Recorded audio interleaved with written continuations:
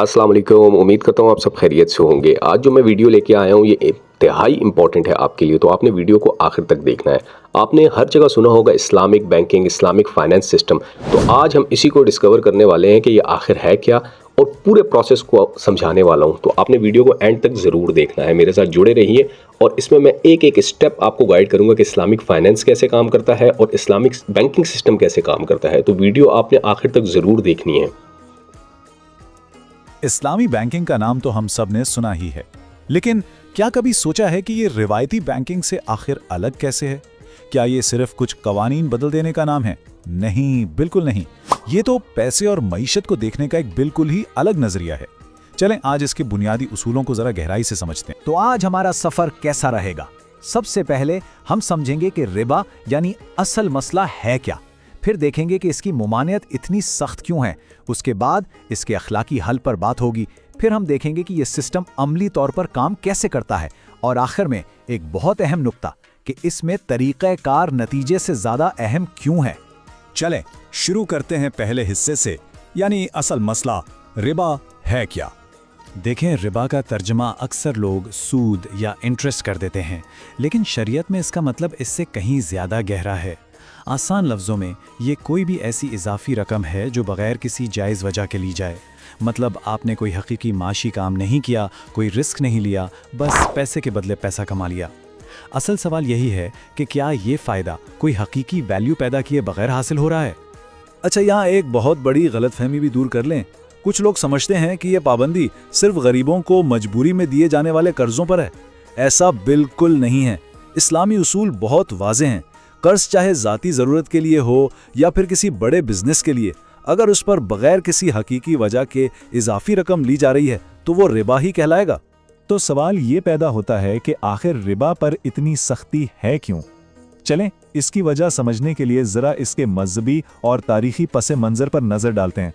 एक बहुत दिलचस्प बात यह है कि रिबा की मुमानियत का हुक्म एक ही बार में नहीं आ गया था, बल्कि ये बतदरीज यानी स्टेप बाय स्टेप नाजिल हुआ। ये पूरा अमल 4 मराहिल पर फैला हुआ है। सबसे पहले सूरत रूम में इसकी हौसला शिकनी की गई, मतलब नापसंद किया गया। फिर सूरत निसा में याद दिलाया गया कि ये तो यहूदियों पर भी ममनू था। इसके बाद सूरत आल इमरान में इसे बाकायदा ख़त्म कर दिया गया, और फिर आखिर में सूरतुल बकरा में तो इसे हर शक्ल में बिल्कुल वाज़े तौर पर हराम करार दे दिया गया। इसका मकसद ये था कि माशरा इस बहुत बड़ी माशी तब्दीली के लिए आहिस्ता आहिस्ता तैयार हो जाए। और इसकी सख्ती का अंदाज़ा आप इस हदीस से लगाएं कि सिर्फ सूद लेने और देने वाले पर ही नहीं, बल्कि इस मुआहदे को लिखने वाले और इस पर गवाह बनने वालों पर भी लानत की गई है। और कहा गया कि गुनाहों में ये सब बराबर के शरीक हैं, यानी पूरे सिस्टम को ही गलत करार दिया गया है।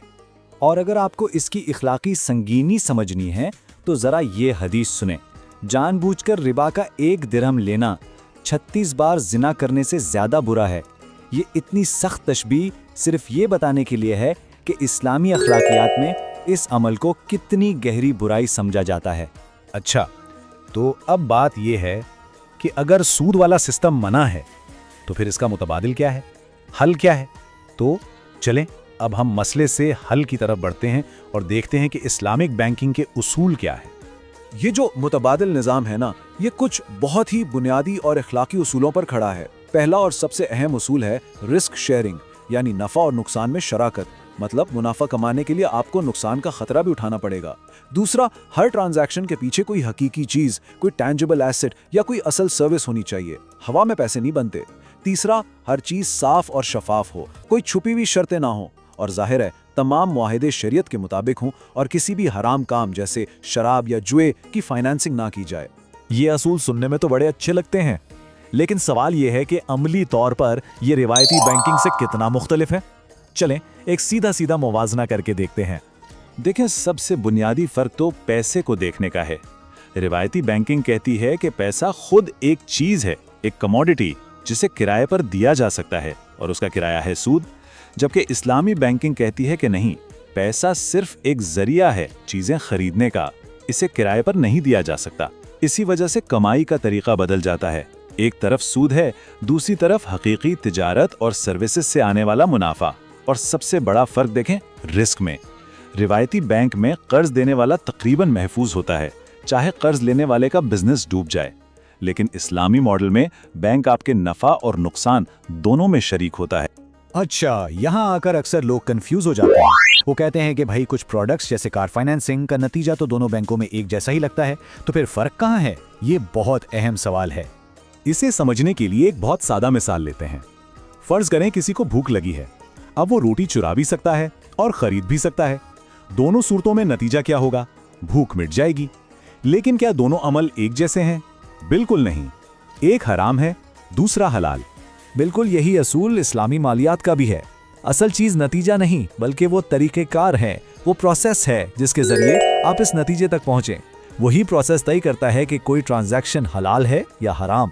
इसी असूल की वजह से एक इस्लामी बैंक केबोर जैसे सूद पर मबनी रेट को कीमत तय करने के लिए एक बेंचमार्क के तौर पर इस्तेमाल कर सकता है, और यह सूद का लेन देन नहीं बनता। अब यह थोड़ा पेचीदा लग सकता है, लेकिन इसे ऐसे समझें। अगर एक दुकानदार अपनी दुकान का किराया तय करने के लिए ये देखे कि सोने का भाव क्या चल रहा है, तो क्या वो सोना बेच रहा है? नहीं, वो सिर्फ सोने की कीमत को एक पैमाने के तौर पर इस्तेमाल कर रहा है। इसी तरह इस्लामी बैंक एक हलाल ट्रांजैक्शन जैसे कार लीजिंग की कीमत तय करने के लिए केबोर को सिर्फ एक हवाला बनाता है।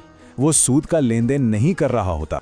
तो बात यहाँ आकर खत्म होती है, एक ऐसी दुनिया में जिसकी पूरी मईशत सूद के गिर्द घूमती है, क्या यह नफा और नुकसान में शराकत दारी वाला निज़ाम एक ज़्यादा मुस्तहकम और शायद ज़्यादा मुनसिफाना रास्ता फराहम कर सकता है?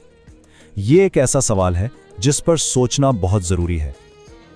तो उम्मीद करता हूँ आप इस पूरे इस्लामिक फाइनेंस सिस्टम को समझ गए होंगे, इस्लामिक बैंकिंग सिस्टम को समझ गए होंगे। मिलते हैं किसी नेक्स्ट वीडियो में। अल्लाह हाफिज़।